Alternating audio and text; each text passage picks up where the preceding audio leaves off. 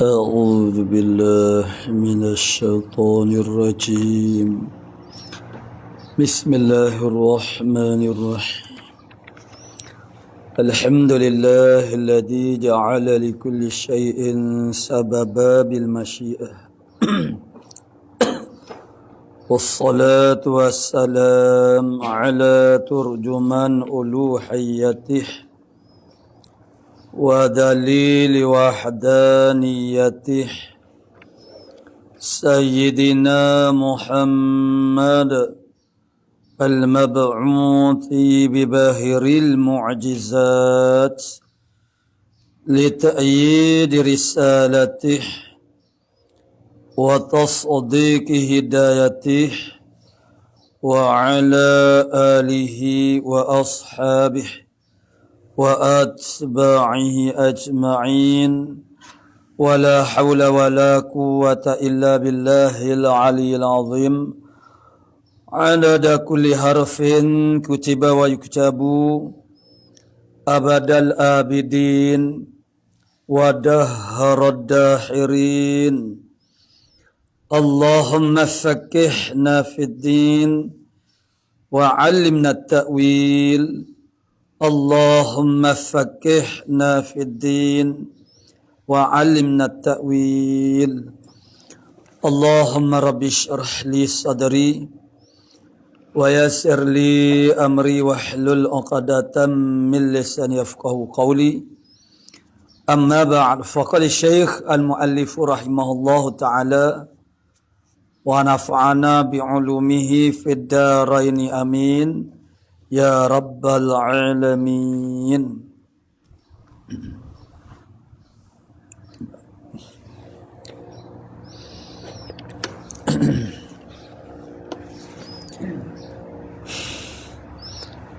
Dan hasil dengan orang yang membaca akan dia memberi manfaat.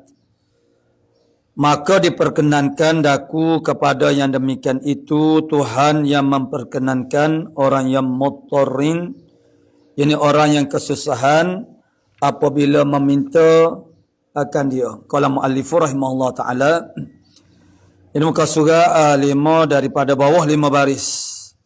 Bukan 2 baris daripada bawah. Nah. Jadi sehubungan daripada apa yang dititipkan oleh Al-Imam Ghazali Hujjatul Islam, muallif kita rahimahullah taala, tentang satu isu, satu perkara yang penting untuk kita beri perhatian. Itulah tentang menwar-warkan, mengiklankan perkara-perkara yang khusus, ilmu-ilmu yang khusus kepada orang awam. Jadi itulah yang kita lihat kepada muallif kita rahimahullah taala. Imam Ghazali ni dia bawa tasawuf, makna untuk manusia, untuk orang awam. Di peringkat dirinya, itu lain. Maknanya dia tidak terapkan apa yang diterapkan untuk diri dia untuk umum manusia. Kerana ghaliknya dia akan jadi fitnah. Dan seperti ada juga pertanyaan daripada pelajar-pelajar tentang zaman kita sekarang ni, zaman dia panggil dakwa-dakwi. Dakwa dapat ilmu laduni umpamanya. Itu banyak berlaku. Jadi, kalaupun seseorang itu dia dapat ilmu laduni ataupun apa-apa pun kekhususan, maka itu adalah untuk diri dia. Jadi, apabila sesuatu yang khusus itu kita dedahkan kepada awam, kepada orang awam, itu dia akan jadi fitnah lah. Dan ini tidak pelik sebenarnya, kerana memanglah manusia ni dia suka diri dia menjadi perhatian. Zaman kita sekarang pun memang kita tahulah zaman memamerkan, zaman orang menonjolkan diri. Ajaran sesat pun menonjolkan diri. Mana orang bawa ajaran yang zahir-zahir nampak atas darat. menyalahi dengan syariat. Mereka ada channel YouTube. Nah, jadi ini di antara cabaran zaman kita sekarang. Nah. Dan yang selain daripada itu, orang-orang yang benar berjalan di atas jalan yang benar, tapi oleh kerana mereka suka mendedahkan kekhususan kepada orang awam. Ini satu penyakit lah orang panggil, ni satu trend. Jadi, Imam Ghazali, ana cukup-cukup orang panggil terkesan dengan cara Imam Ghazali. Imam Ghazali dia bawa tasawuf pada peringkat sederhana. So, umpama kitab Minhajul Abidin dia, Ihya Ulumuddin dia, itu salihun lil awam walil khawas. Patut bagi orang awam dan juga orang khawas. Maksudnya patut bagi orang khawas, maksudnya tidak terlalu rendah. Yang menyebabkan jadi terlalu lekeh. Tidak sewajarnya untuk orang-orang khawas, tidak. Ada dia punya noktah-noktah yang sesuai untuk orang-orang yang khawas. Dan tidak terlalu tinggi sehingga tidak dapat nak digapai untuk dicapai oleh orang awam, tidak juga. Itu sebab Imam Ghazali ni kalau kita baca banyakkan daripada kitab dia, kita fahamlah. Dia begitu sangat iktinak beri perhatian untuk isti'ab manusia, maknanya menhabisi, mana meratai semua ke. Yang ini jaran-jaran, maknanya pendakwah ataupun guru yang mampu untuk orang panggil ismal semua manusia. Itu satu kebolehan lah, makna anugerah yang Allah Ta'ala beri kepada semua orang. Karena seorang itu kalau dia khusus, dia terlampau khusus, maka dia tidak patut bagi orang awam. Dan setengah daripada mereka itu umum, jadi awam, untuk orang awam. Jadi Imam Ghazali dia bawa, seperti kita kata, mana Arba'in fi Usuluddin bagi Imam Ghazali. Itu tempat patutkan bagi kitab penawar bagi hati. Jadi maknanya Imam Ghazali supaya juga kitab Mau'izatul Mu'minin bagi Imam Ghazali juga. Itu dalam bentuk nasihat-nasihat sangat-sangat munasabah sesuai kepada awam, orang awam. Jadi itulah yang saya lihat pesanan daripada cucu kepada Saidina Ali, nama dia Ali juga, Ali bin Husain bin Ali. Sebagaimana di atas tu. Itu satu pesanan yang sangat manfaat berguna kepada kita. Supaya kita ni tidak perasa orang panggil. Tidak kau perasa. Jadi memang kita suka, kita royak benda-benda yang pelik, bagi tahu kepada manusia perkara-perkara yang orang lain tak bagi tahu, jarang diberitahu. Tujuan apa dia? Memang perangai mana dia suka, dia dapat perhatian. Jadi kita kena fikir tentang manfaat dan juga mudarat. Adakah dia jadi manfaat ataupun jadi mudarat? Jadi maksudnya tengoklah. Dia panggil tahap pencapaian manusia itu untuk ilmu yang sebagaimana, yang sesuai dengan dia. Apa yang kita bimbangnya, orang mengambil kekhususan di dalam ilmu tasawuf ini, tetapi mana terabai syariat. Itu yang duk jadi. Kalau ulama-ulama dulu, sedalam mana pun orang panggil tasawuf mereka, mana syariat mereka pun cukup tebal. Kalau nak belajar tasawuf itu pada peringkat yang sangat dalam, mana syariatnya, fiqhnya kena tebal. Kalau tak tebal, Usuluddin, sebab dia akan secara zahirnya, kenampakan pada zahirnya nampak macam bercanggah. Tapi tidak bercanggah.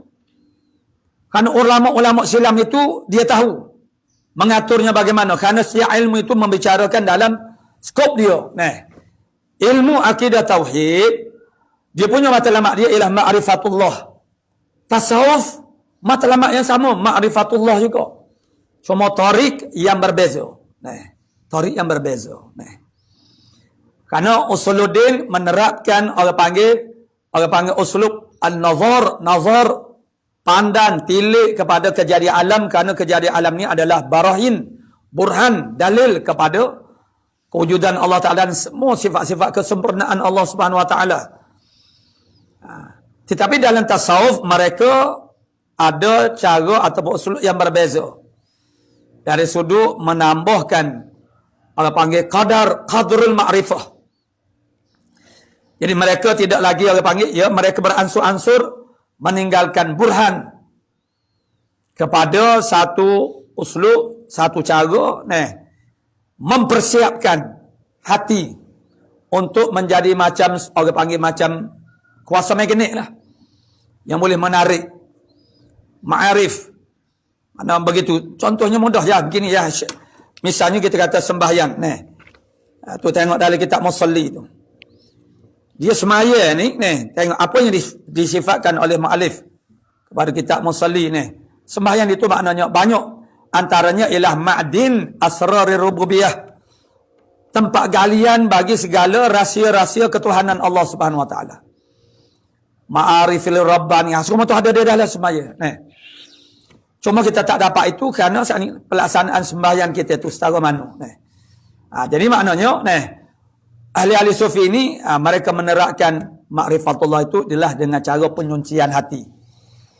Imam Ghazali, tengok Imam Ghazali dalam kitab Ihya Ulumuddin. Imam Ghazali dia buat perbandingan ilmu iktisabi dengan ilmu ladunni. Ilmu iktisabi dengan perbuatan amalan pelukis Cina, orang Cina zaman dahulu. Ini wallahu alam, kita pun tak tahu macam mana. Tengok pada zamannya Imam Ghazali tu maksud dia ada maklumat, dia tahu. Zaman itu, nak rayaknya makna ulama-ulama dulu tu dia punya, dia tidak orang panggil terkurung dan orang panggil sekitarnya sahaja, tidak. Imam Ghazali ketika dia membahaskan ilmu Rabbani ini, ataupun disebut juga sebagai ilmu ladunni. Ni orang-orang awam tu suka sangat kalau benda-benda yang macam ni. Dan ada yang tanya pada saya, macam mana yang dalam TikTok apa duk mendakwa dia dapat ilmu ladunni. Yang pertamanya, kalau pun dia tu dapat ilmu ladunni, dia tidak sewajarnya dia tu dedahkan kepada manusia. Untuk apa dia dedahkan?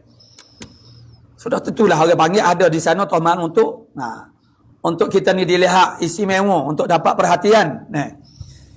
Jadi Islam kalau orang tasawuf dia tidak mengajar kita begitu. Jadi Imam Ghazali, ni yang kita baca dalam kitab Ihya Ulumuddin, dia banyak pelukis Cina ini, makna dia cara melukis ni ada dua. Satunya ilmu iktisabi ini, seumpama seorang pelukis, dia ada kanvas dia ada pemberusnya dengan dakwahnya, color dia, dia lukis. Itu iktisabi. Ada satu teknik lagi, pelukis Cina ini, dia bukan menggunakan teknik. Cara dianya ialah dia bersihkan suatu latar, umpama cermin misalnya. Dia gosok, tak berhenti hadu. Dengan kadar masa yang agak panjang. Sehingga dah begitu jadi terlalu bersih, akhirnya dia akan timbul gambaran rupa pada cermin itu. Itu perbandingan yang dibuat oleh Al-Imam Ghazali. Jadi begitu ilmu laduni ini, dia usaha juga, masuk usaha membersihkan hati. Sebab hati ini adalah bekas. Mana walillahi aniyatu min ahlil ard. Hadis Nabi SAW. Bagi Allah Ta'ala itu ada bekas min ahlil ardi, daripada penduduk bumi ini. Wa aniyatu rabbikum, dan bekas Tuhan kamu itu ialah qulubu ibadihi salihin. Segala hati hamba-hambanya yang soleh. Hamba Allah Ta'ala itu makna mu'min taqiyin. Itu ialah bekas untuk menadah ilmu. Hidayah taufik Allah Ta'ala hantar, pancarkan. Maka masuk di hati itu adalah bekas. Jadi untuk menerima benda hak comel, bersih, molek, bekas tu tempat duduk tu kena comel juga. Dia macam kita belajar, kita dapat ilmu. Tapi ilmu itu tidak kekal, tidak melekat. Seumpama kata-kata orang Tuhan, makna masuk telinga kanan, tubik telinga kiri. Limadha? Kerana apa? Apa jadilah gitu? Ilmu ni, fa inna ilmu nurullah. Ilmu ni adalah nur Allah. Orang comel, budak comel dia. Lalu dia masuk, dia tengok tempat dia nak duduk ni tidak sesuai dengan dia. Maknanya hati itu kotor, penuh dengan sampah sarak, penuh dengan segala macam kekotoran, jadi dia tak jadi. Jadi dia akan irtihal, pergi meninggalkan hati. Sebab kita tidak sediakan. Dan bila dia berlalu, dia tidak U-turn dah. Nah. Dengan sebab itulah maknanya, ya, iktisabi, kita belajar, tapi persiapkan tempat yang sesuai untuk ilmu. Bermukim dan bermusautin. Jadi itulah maknanya, bagi ilmu laduni ini, makna mereka tidak usahakan cara iktisabi ilmu yang biasa-biasa. Yang ini dengan cara mubasyarah, musyafahah dengan guru, tidak. Dengan cara latihan-latihan yang zahir, tidak. Tetapi mereka bermujahadah, berriyadhah, dan membersihkan, tazkiyahkan hati itu. Semata-mata. Dan itu mengambil masa lama mana. Imam Ghazali kata boleh jadi 10 tahun tak dapat, 20 tahun pun tak dapat lagi. Kebersihan yang melayakkan dia untuk mendapat tarikan kepada, orang panggil anugerah daripada Allah Ta'ala dengan ilmu ini. Kalau ilmu iktisabi ini, kalau 10 tahun, 15 tahun boleh jadi, ataupun 20 tahun, seorang pelajar itu dia boleh jadi alim dah. Itu jangan kita perasan-perasan. Oh, bila dikatakan tak payah usaha belajar, ilmu laduni begitu mudah, tidak. Lebih payah lagi. Bukan mudah nak bersihkan hati ini seperti supaya dia tu betul-betul jadi bersih. Jadi yang munasabah, yang sesuai dengan kita tu maksudnya ialah belajar ni lah. Jadi maksudnya apatah lagi kita hidup zaman yang agak tidak berapa menolong kita di dalam orang panggil melakukan hubungan dengan Allah Subhanahu Wa Taala ini. Jadi iktina Imam Ghazali karam kita. Maknanya kita nampak dah daripada pernyataan dia, maksudnya supaya kita ni jangan orang panggil maknanya jangan tersalah memilih jalan. Imam Ghazali menampilkan kitab-kitab yang sangat munasabah lah kepada semua orang. Maknanya dia Imam Ghazali ni yang anda boleh gambarkan, dia tu seorang guru yang mana dia dapat orang panggil menarik sekian ramai manusia. Masuk daripada pelbagai kategori manusia ni. Itu ialah kerana iktinak dia yang sangat besar. Perhatian dia yang sangat besar kepada ummah. Itu sepatutnya orang panggil, orang panggil seorang ulama, bersifat hilim lemah lembut dan kasih sayang kepada manusia. Bukan kita tu menambah kekeliruan dan menyesatkan. Ya, kita tu nak kebaikan kepada manusia, tapi cara kita. Sebagai pendakwah, ada cara dia. Tapi ada orang pendakwah memilih cara mengikut style dia, passion dia sendiri. Meninggalkan roh semangat dakwah daripada Nabi sallallahu alaihi wasallam. Ada orang memilih cara keras, cara kasar. Lalu berhujah dengan hadis Nabi, berkhutbah sampai merah mata-mata. Itu kita kena faham, itu masa dia baca khutbah.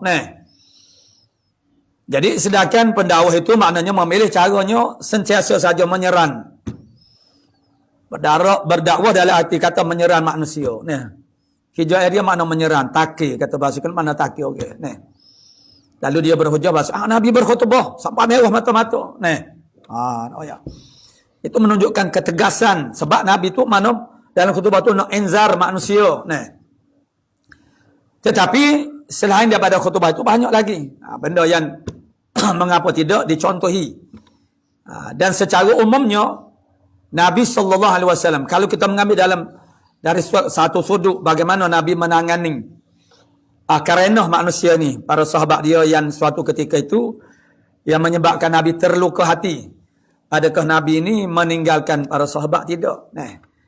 Dalam peperangan Uhud, Nabi ialah kalau seorang pemimpin, seorang ketua, apabila perintah sesuatu kejadian buruk itu berlaku hasil daripada melanggari perintah kita, arahan kita sebagai ketua. Suatu tu kita akan jadi sangat marah.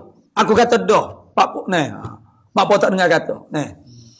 Sebab Nabi pesan dah kepada tentera pemanah di dalam peperangan Uhud, jangan turun sehingga saya katakan turun. Tapi begitu tertipu daya, yang mana Khalid bin Al-Walid itu masih lagi di pihak musyrikin Mekah pada masa itu. Dengan orang panggil gayanya yang memang sangat bijak di dalam mengatur strategi peperangan. mengumpankan tentera pemanah itu dengan harta, diletakkan di bawah sana. Mereka lari itu bukan makna lari balik dah. Menanti masa bersembunyi untuk serang balik. Begitu tergiurkan dengan harta, dengan mana harta ghanimah lah kita katakan. Tak dengar ada ketua sendiri, masih ada lagi Abdullah.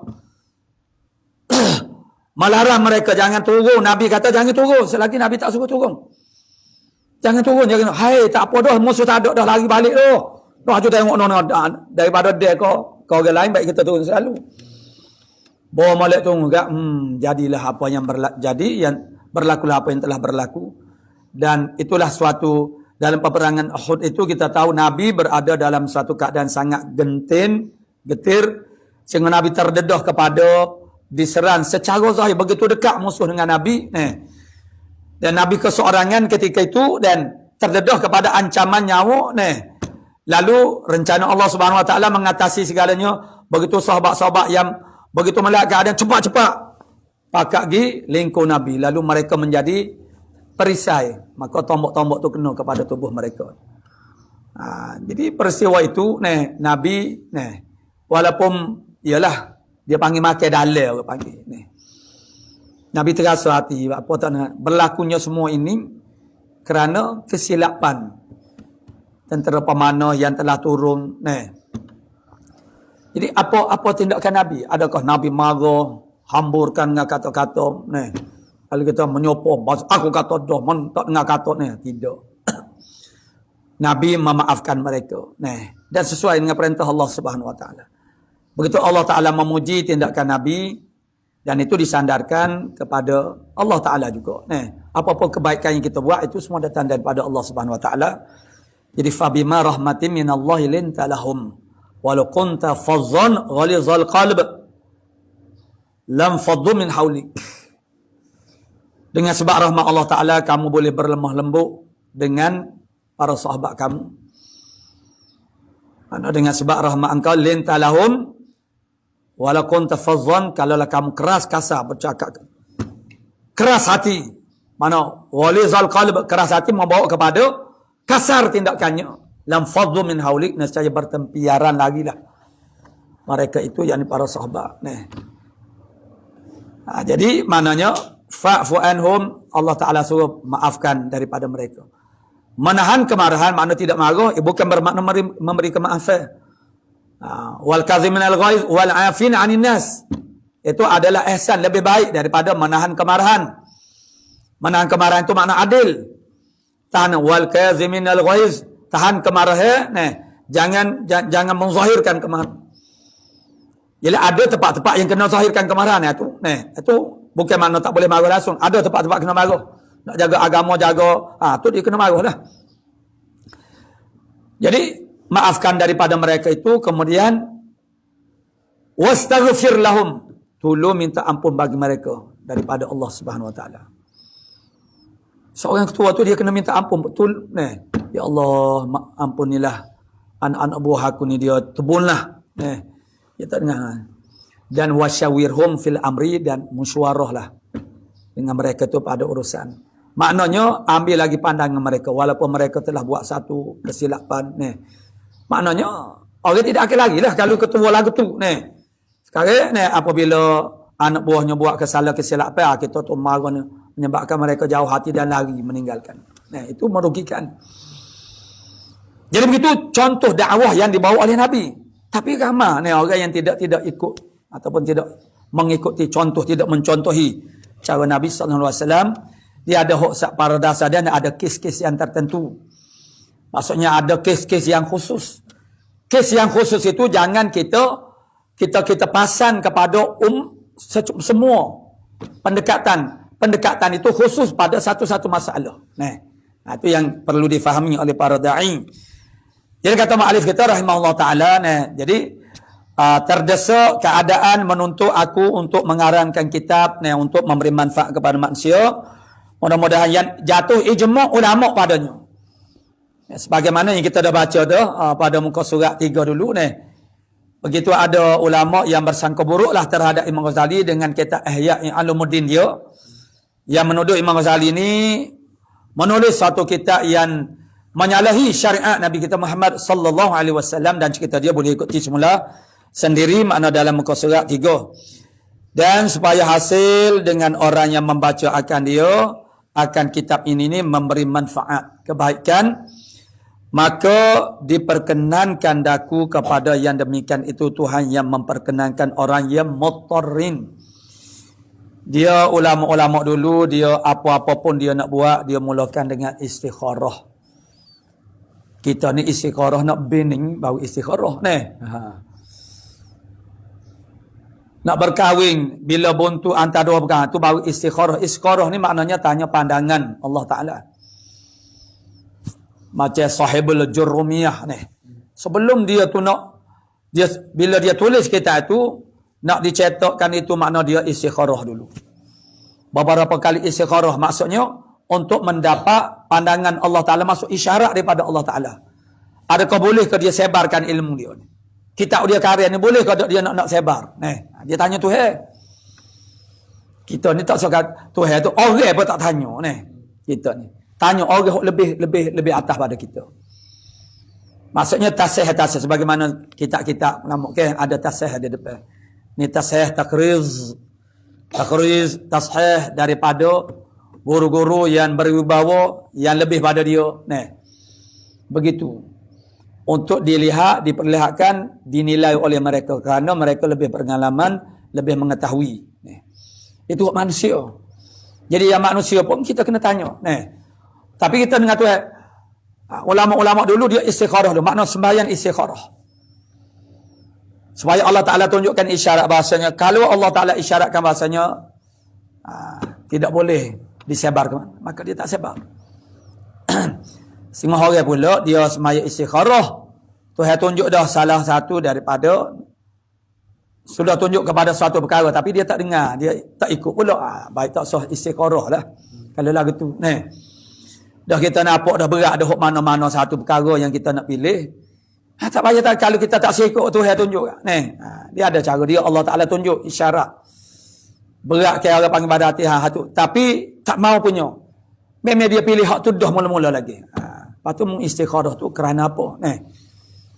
Itu kita jangan jadi biadab dengan Tuhan. Macam kita dengan orang pun, kalau kita tanya pandangan orang lebih pada kita lah. Kalau sains-sains kita tu lain lah pula. Orang lebih pada kita, lepas tu kat tujuan kitanya meminta orang panggil tunjukkan daripada, tapi kita pilih sendiri pula. Baik tak semua tanya aku dulu lagi. Begitulah soalannya. Maka diperkenankan daku kepada demikian itu Tuhan yang memperkenankan oleh, macam mana dia tahu kan? Maksudnya dia ada isyarat daripada Allah Subhanahu Wa Taala. Dia orang-orang yang rapat ni, kita sama manusia pun tak payah. Dia ada isyarat untuk orang tu makna setuju, redha dengan apa yang kita nak buat. Ahlillah, ahlul qurb, ahli Allah Ta'ala, ahli damping diri kepada Allah Ta'ala. Mereka sentiasa dijaga oleh Allah Ta'ala, ismatun min Allah. Akan ada isyarat-isyarat daripada Allah Ta'ala untuk tidak membenarkan seorang itu melakukan benda yang memudarat, merosakkan. Kerana pandangan dia benda tu tak apa, tapi Allah Ta'ala yang maha mengetahui, Allah Ta'ala hantar isyarat supaya tidak meneruskan. Kerana mereka tu dekat dengan Allah Ta'ala dan mereka cepat mendapat isyarat daripada Allah Ta'ala. Kerana mereka mendapat ismatun min Allah. Peliharaan daripada Allah Subhanahu Wa Ta'ala. Orang-orang yang terdekat dengan kita, cepat kita memberi respon untuk menyelamatkan dia ketika dia melakukan perkara-perkara yang boleh merosakkan diri dia. Kita tegur selalu. Lain kalau orang tu jauh daripada kita, jadi lambat sikit. Jadi kita duk nampak dah dia duk buat. Siapa satu peringkat yang dah terlalu bahaya tu, baru kita tu bergegas nak memperingatkan dia. Tapi kalau anak-anak kita, misal anak-anak kita jauh lagi daripada jalan, kita dah. Tapi kalau anak orang lain tu, kalau begitu duk main ikut biara jalan apa ni, nanti kalau dah nampak begitu sangat duk dekat sangat, barulah kita bertindak ni. Ya tak sama. Perhatian kita, tindak kita menyebabkan tindakan kita itu tidak sama. Bahaya yang begitu dekat dengan seseorang itu, kalau orang itu dekat dengan kita, kita akan segera bertindak. Begitu Allah Ta'ala, bila orang itu hubungan dia dengan Allah Ta'ala comel baik, lain clear molek, bila lain clear, maksudnya cepat sampai dah. Isyarat daripada Allah Subhanahu Wa Ta'ala. Akan ada saja isyarat daripada Allah Ta'ala untuk tidak membenarkan seorang itu melakukan sesuatu benda yang mudarat kepada dia. Itu pentingnya kita tu menjaga jarak kita dengan Allah Ta'ala, jangan terlalu jauh. Bila jauh sangat, tak sampai. Isyarat daripada Allah Ta'ala, ismatullah, peliharaan Allah Subhanahu Wa Ta'ala. Dengan sebab itu kita mudah melakukan maksiat, melakukan mungkar. Sebab Allah Ta'ala tak jaga kita, tak backup kita. Beri kekuatan dalam hati kita untuk tahan syahwat, keinginan. Keinginan nafsu yang bergerak menuju kepada matlubat dia, benda yang dia tuntut. Jadi diperkenankan oleh Tuhan yang memperkenankan orang yang muttarrin. Muttar ini orang yang terdesak. Kalau dalam bab nyawa, terdesak dengan nyawa. Terdesak dengan nyawa ni maknanya kalau dia tak makan jadi bahaya, mudarat. Boleh jadi hilang nyawa ataupun hampir-hampir hilang nyawa. Itu muttar, orang yang sangat-sangat terdesak kepada suatu perkara. Tuhan yang memperkenankan akan orang yang muttarrin, yakni orang yang kesusahan apabila minta akan dia. Dan melihat akan daku dengan kurnianya atas beberapa rahsia yang demikian itu. Qala mu'allifur rahimahullah ta'ala, dan melihat akan daku, yakni memperlihatkan akan daku, yakni Allah Subhanahu Wa Ta'ala memperlihatkan akan daku dengan kurniaannya atas beberapa rahsianya. Begitulah orang yang melakukan hubungan dengan Allah Ta'ala dengan sebegitu rapatnya. Jadi sebagaimana yang saya sebutkan tadi, makna sembahyang di antaranya ma'din atau ma'dan, asrar rububiyah, asrar kerahsiaan. Antaranya makrifah kepada Allah Ta'ala. Ini dia kita tidak akan habis mengenali Allah Ta'ala. Sebab tu usaha mengenali Allah Ta'ala itu dia akan berjalan terus sehingga kita mati. Sebagaimana kita semaya. Kemarin kita dah semaya, hari ini tak payah semaya. Tidak, kena semaya lagi. Ma'rifatullah, peringkat kita orang awam usuluddin ni ialah pandang lihat kepada kejadian alam. Sebab itu dalam Quran itu banyak ayat-ayat Quran Allah Ta'ala suruh kita melihat. Fasiru fil ardi fanzuru, berjalanlah di atas muka bumi. Tengok. Kampung kita tu kita tengok jak kecil lagi. Kalau orang yang dilahirkan di pantai, maksudnya kampung dia tu pantai, jadi dia tidaklah merasa kagum dan rasa hebatnya kejadian di pantai itu. Sebab memang dah tepat dia membesar. Tengok lagi tempat-tempat lain. Orang darat mula-mula sampai ke pantai, dia akan rasa satu perasaan, rasa izzah, rasa hebatnya kejadian Allah Ta'ala ini. Bagi kita orang beriman, kita terus direct kepada Allah Ta'ala. Bukan kekaguman kita itu terhenti kepada kejadian itu saja. Itu kita kena tarbiyah anak-anak kita ni. Biar mereka mengagumi sesuatu apapun ialah dengan melihat al-batin huwa Allah Subhanahu Wa Ta'ala. Di belakang tabir itu ialah Allah Subhanahu Wa Ta'ala. Kehebatan apapun pencapaian manusia itu ialah kerana Allah Ta'ala yang menjadikan mereka itu dapat pencapaian itu. Kekaguman kita tu biar beralih kepada ta'zimullah. Maknanya menagungkan akan Allah Ta'ala. Jadi orang patah bila kali pertama dia jerai gilata, dia rasa nikmat, dia rasa hebat. Suka seronok lah. Dia kata. Tengah hari ceng-ceng panas ceng-ceng, air sejuk lagi. Patah pukul 10-11 tak boleh nak mandi dah, panas dah. Air berlengah. Jadi dia rasa kagum. Tapi bila dia pergi acak-acak lagi siapa 10 kali dah pergi, 20 kali. Jadi biasa tak ada. Sebab itulah langit sentiasa menjadi, dia panggil penyegar kepada akidah kita. Sebab langit ni bila masuk kita biasa perginya. kita akan sentiasa kagum dengan apa yang ada di langit. Berbeza di atas muka bumi ni. Di atas muka bumi tu bila kita sampai dah kita kagum kepada tokoh yang jauh daripada kita. Satu masa kita ditakdirkan kerja dengan dia ke misalnya, duk bawa ketiak di maknanya, duk iringi dia sokmo-sokmo, jadi PA dia ke misalnya, Jadi sedikit sebanyak dia akan mula melihat keburukan, kekurangan. Jadi rasa hebat tu akan berkurangan. Tapi tidak kepada Rasulullah SAW, kerana Rasulullah itu tidak ada apa-apa kaiban.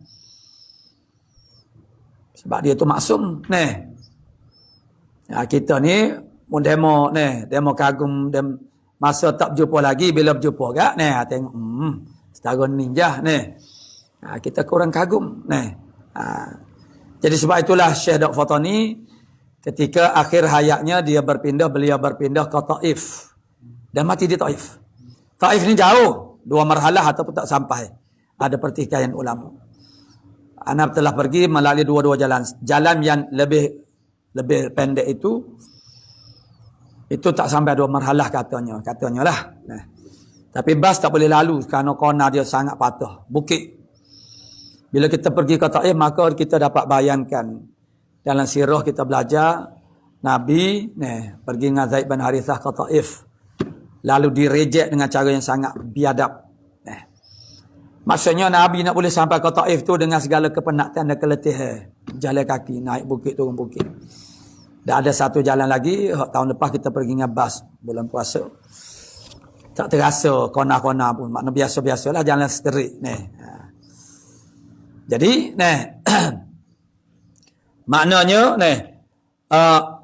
Allah Ta'ala memperlihatkan kepadaku, rahsia-rahsia, di atas beberapa rahsianya yang demikian itu. Jadi sepertilah ma'rifatullah itu, dia boleh bertambah dan tidak akan ada habis ataupun sudahnya. Ni tu hak kita manusia pun kita tidak akan mengenal habis orang lain. Tak sah kau kata orang lain, kadang-kadang, diri kita sendiri pun kita tidak kenal habis. Kadang-kadang kita sendiri bingung, bakpo ni aku ni jadi perangai lagu ni. Kadang-kadang kita tak faham juga. Hak kita sendiri pun kita tak faham. Usahakan orang lain. Sebab itulah maknanya. Macam kita kata pasangan suami isteri. Mereka hanya akan mengenali dengan lebih dekat, lebih banyak bila mereka berkahwin. Kerana bila berada bersama, begitu dikatakan bahasanya kalau kita nak kenal orang itu, kita musafir dia 3 hari je. Kita nak kenal hati budi orang, kita musafir selama 3 hari. Kita boleh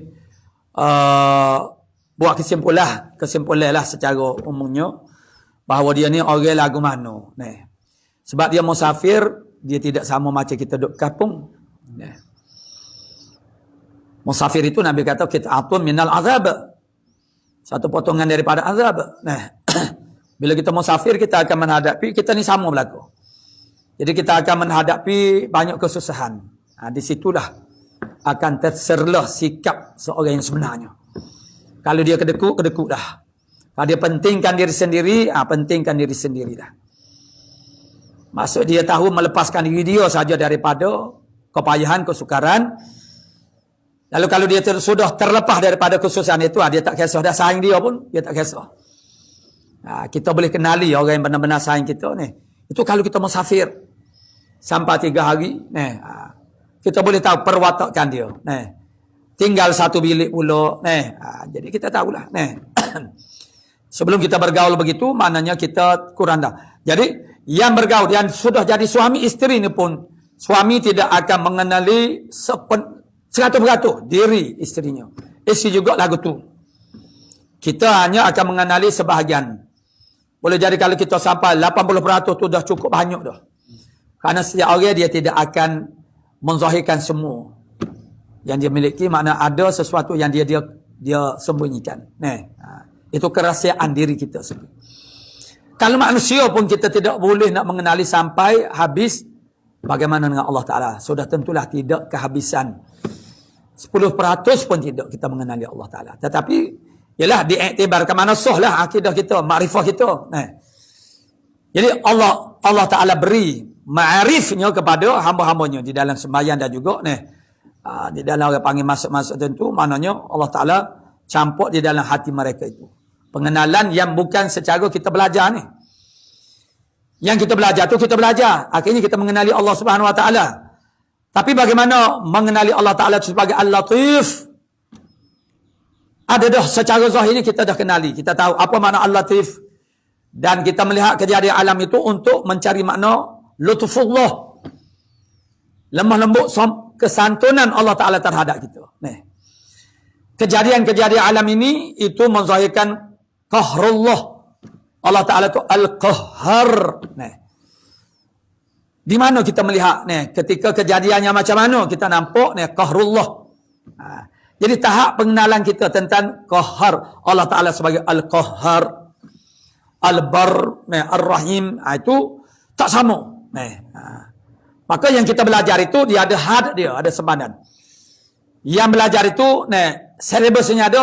Jadi setiap pelajaran belajar itu walaupun perkara yang sama dilontarkan, tidak sama cara faham mendapatnya ataupun memahaminya. Kemudian tambahan-tambahan sebagaimana yang saya sebutkan tadi. Jadi begitu Allah Ta'ala, bila kita dah ada hubungan dengan Allah Subhanahu Wa Ta'ala, jadi itulah dia panggil, Allah panggil Allah Ta'ala anugerah kepada mereka ini dengan ilmu-ilmu yang di luar daripada kemampuan kita mencapainya melalui iktisab, usaha yang biasa-biasa. Jadi Allah Ta'ala perkenankan permintaanku untuk mengarah kita, dan Allah Ta'ala memperlihatkan kepadaku kurniaannya dan telah memberi ilhamkan daku padanya. Ilham ini yang lagi kita belajar dalam kitab ni adalah khatir yang datang daripada malaikat. Khatir ialah lintasan-lintasan hati. Apa yang terkhatir dalam hati kita? Benda yang paling nipis, yang paling segera datang kepada hati kita, ialah khatir nama dia. Khatir masuk lintasan hati, terlintas. Kemudian bila kita beri perhatian kepada khatir ini, kita layar dia. Itu maksud dia, beri perhatian, dia akan jadi lebih kuat. Itu dinamakan oleh Imam Ghazali sebagai mailun, mana muyul, kecenderungan. Kalau kita masih lagi memberi perhatian kepada dia, akan jadi naik kepada i'tiqad, seterusnya niat. Niat itu dah begitu dekat dengan tindakan-tindakan. Jadi Imam Ghazali mengajar kita dan terbiah kita dalam kitabnya supaya kita tu bila ada khatir kejahatan, kita patah di situ lagi, repih. Situ dia macam kita kata pohon kayu lah, pengkat dia tu kecil lagi tu, maksudnya dia boleh kita patahkan dia. Jadi kita patahkan syahwat, keinginan dalam bentuk khatir, terlintas kita jangan layar dia. Tu. Jadi yang mana khatir saat itu dia ada 4 pucuk, dia masdar dia ada daripada Allah, daripada malaikat, daripada syaitan dan daripada nafsu. Ilham itu nak ayatnya, kita nak ayat sininya ialah ilham. Ilham itu adalah khatir yang dicampurkan oleh malaikat ke dalam hati hamba. Sebelah hati kiri kita, kanan kita ada telinga hati, dan malaikat jathimun ala udhunil aiman. Malaikat dia bertenggek pada telinga hati bahagian kanan. Syaitan telinga hati bahagian kiri. Itu ada disebut dalam kitab ni pun dia akan sebut dalam bab syaitan lah lagi akan datang. Dan hadisnya dia tak bawa secara orang panggil lafaz hadis. Dalam bahasa asal kalau kita nak tengok hadis tu, tengok dalam kitab Mustikah Hadis bahagian malaikat. Allah Ta'ala, Nabi kata Allah Ta'ala mewakilkan kepada anak Adam, kepada hati anak Adam 2 wakil. Malaikat sebelah kanan, syaitan sebelah kiri. Tu. Jadi malaikat diwakil jaga apa? Malaikat ni. Malaikat ni nama dia malaikat mulhim. Mulhim yang memberi ilham. Apa yang dibisikkan oleh malaikat mulhim itu dinamakan sebagai ilham. Itu asalnya. Dan apa yang dibisikkan oleh syaitan itu dipanggil sebagai waswasah. waswasah, kacauan. Waswas itu ialah kacau. Taswis mengacaukan hati kita. Molek-molek dah kita yakin bahawasanya Allah Ta'ala yang memberikan rezeki kepada kita. Dia pergi kacau. Syaitan pergi kacau supaya kita adanya raib, rasa ragu terhadap Allah Subhanahu Wa Ta'ala. Jadi duduk sebelah kiri. Sebelah kanan malaikat. Malaikat dia khatirkan dalam hati kita. Buat jadi terletak dalam hati kita. Malaikat sudah tentu dia tidak mengajak malaikat kepada kebaikan. Jadi apa yang dilontarkan, dibisikkan oleh malaikat itulah dinamakan sebagai ilham. Tapi kerana orang tak faham, dia guna istilah ilham itu untuk perkara-perkara yang jahat. Maknanya dapat idea untuk buat benda yang jahat pun, dia kata ilham, dapat ilham. Dapat idea, benda yang tak molek, tak berjuru. Jadi Allah Ta'ala telah memberi ilhamkan kepada aku, padanya pada mengarah kita ini akan satu aturan yang indah-indah. Inilah kitab kita ni. Yang tidak pernah diusahakan oleh mana-mana musannifin dan juga muallifin sebelum daripada Imam Ghazali. Menhuraikan perjalanan ibadah ini secara begini. Yang tiada aku sebutkan dia karanganku yang telah dahulu. Imam Ghazali sendiri pun dia tak pernah lagi sebut macam ni. Secara begini ni. Tu. Sebagaimana yang telah aku sebut di dalam kitab Asrari Muamalati Din. Aku tak sebut ni lagu ni. Jadi itu dapat ilham. Aku dapat ilham daripada Allah Ta'ala. Tuhan yang memperkenalkan doa muttarin saat ni. Allah Ta'ala ilhamkan pada aku satu cara pengolahan. Cara nak huraikan perjalanan ibadah ni macam mana. Sebagaimana yang kita ikut ni lah yang akan datang. Sebagaimana aku pernah menulis kitab yang besar nama dia Asrari Muamalati Din. Aku tak sebut cara lagu ni. Dan kitab-kitab yang lain. Dan iaitulah yang aku sifatkan baginya. Yang aku mana sifatkan, mana berikan baginya, maka aku berkata, yang aku sifatkan itu maksudnya kitab ni lah. Yang dia telah buat. Maka aku berkata dan dengan Allah memberi taufik, mudah-mudahan Allah Ta'ala memberi taufik. Kemudian kata radhiyallahu anhu bahawasanya. Ni dia nak mula dah start cerita dia. Pertama-tama barang yang jaga dengan dia hamba Allah Ta'ala. Bagi mengerjakan ibadat dan bergerak hatinya. Kita melihat secara zahirnya. Kita melihat seseorang itu sebelum daripada ni. Kalau istilah kita ni dipanggil duduk dalam zon gelap, sekarang dia berpindah hijrah kepada zon cerah. Jadi kalau dulu dia tak semaya tak pergi masjid, sekarang dia sudah mula berjenak, sudah mula mari dah ke masjid. Dan sudah mula melakukan anwa'ul khairat, bagai-bagai daripada kebaikan-kebaikan. Jadi macam mana boleh jadi perubahan ini berlaku? Daripada kafir berpindah kepada masuk Islam. Daripada tak semaya kepada jadi semaya. Daripada tak belajar, tak ada ilmu jahil tu kepada belajar. Kata mu'alif kita rahimahullah ta'ala. Pertama-tama barang yang jaga dengan dia hamba Allah Ta'ala daripada tidur lalai. Lalai daripada perintah Allah Subhanahu Wa Ta'ala. Jadi yang menjagakan diri dia daripada tidur lalai itu apa dia? Mula-mula yang menjagakan dengan dia akan hamba Allah Ta'ala bagi mengerjakan ibadat. Dulu dia tak buat, sekarang dia mula buat. Kita tengok pada zahir itu seorang itu dah mula berubah. Dan bergerak hatinya bagi berjalan akan jalannya jalan ibadah. Apakah suatu perkara yang menjadikan dia tu mula dah terdetik dalam hatinya nak buat kebaikan adalah dengan khatir yang samawiyah. Khatir tu maksudnya ialah lintasan hati. Apa yang terlintas dalam hati, yang samawiyah makna yang dibangsakan kepada langit, yakni Allah Ta'ala. Dia panggil hidayah daripada Allah. Dia panggil bidayatul hidayah. Yang mula tercetus di hatinya. Sebagaimana ayat yang lepas pada ni. Afaman syarahallahu sadrahu lil Islam fahuwa ala nurim mir rabbih. Adakah tidak kami bukakan dadanya bagi Islam, maka dia berada di atas cahaya Tuhannya. Ini adalah merujuk kepada, dia panggil bidayatul hidayah ayat ni, permulaan hidayah. Dan bagaimana mendapat permulaan hidayah itu? Ialah dengan khatir samawiyah. Allah Ta'ala cui hati seorang itu. Sentuh hati seorang itu. Datang kepadanya khatir samawiyah, makna daripada langit, maksudnya daripada Allah Subhanahu Wa Ta'ala. Dia mula berfikir. Yang pertama ialah dia berfikir tentang kedudukannya dengan nikmat Allah Subhanahu Wa Ta'ala. Jadi kalau aku buat perangai begini, tidak mustahil Tuhan akan ambil balik nikmat tu.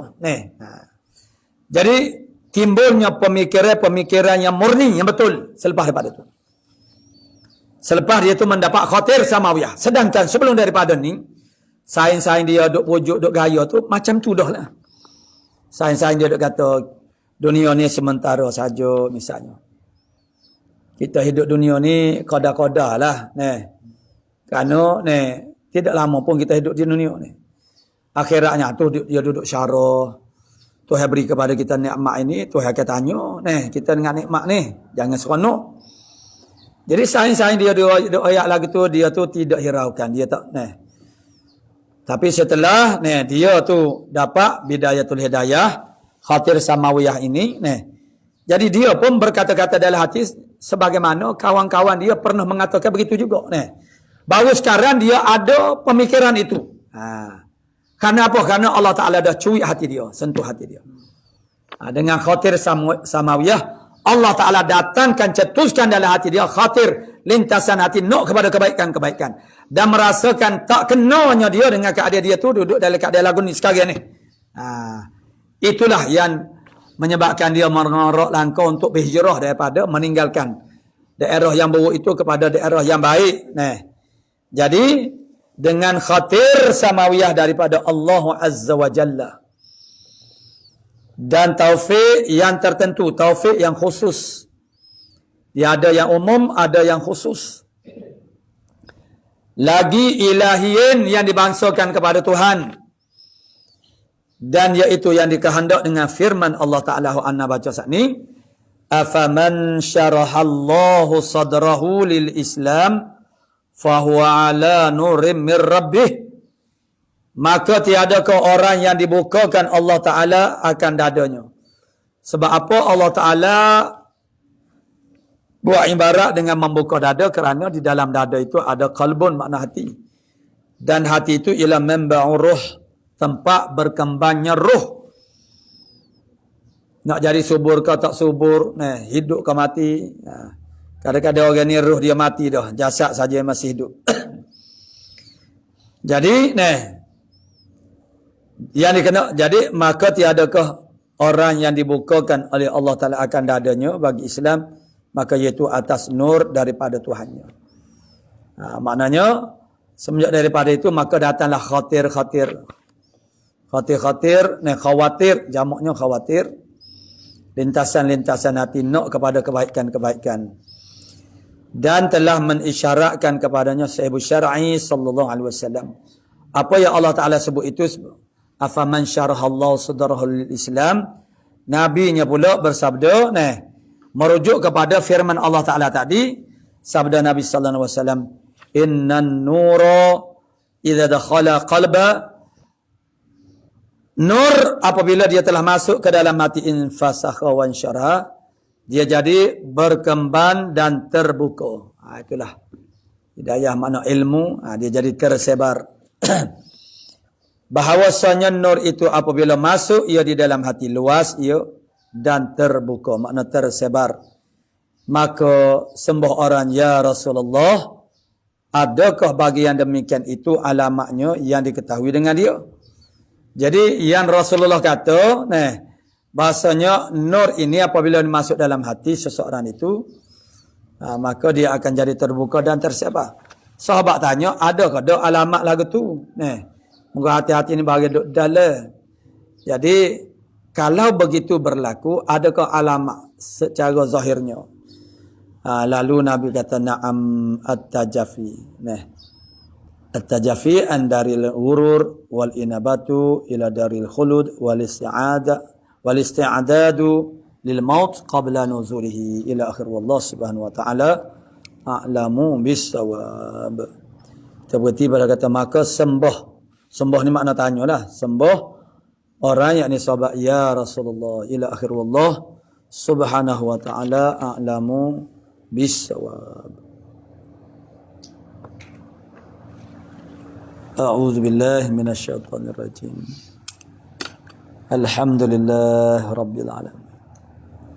Hamdan yuwafi ni'amahu wa yukafi'u masidah. Ya Rabbana lakal hamdu kama yanbaghi li jalali wajhika wa 'azimi. Allahumma salli wa sallim ala sayyidina Muhammad alihi wasallam. Allahumma inna nas'aluka al-'ilma khaifin wa inabatal mukhbitin wa syukra as-sabin wa tabatas siddiqin wa sallallahu alaihi Muhammadin wa ala alihi wasallam. Walhamdulillah.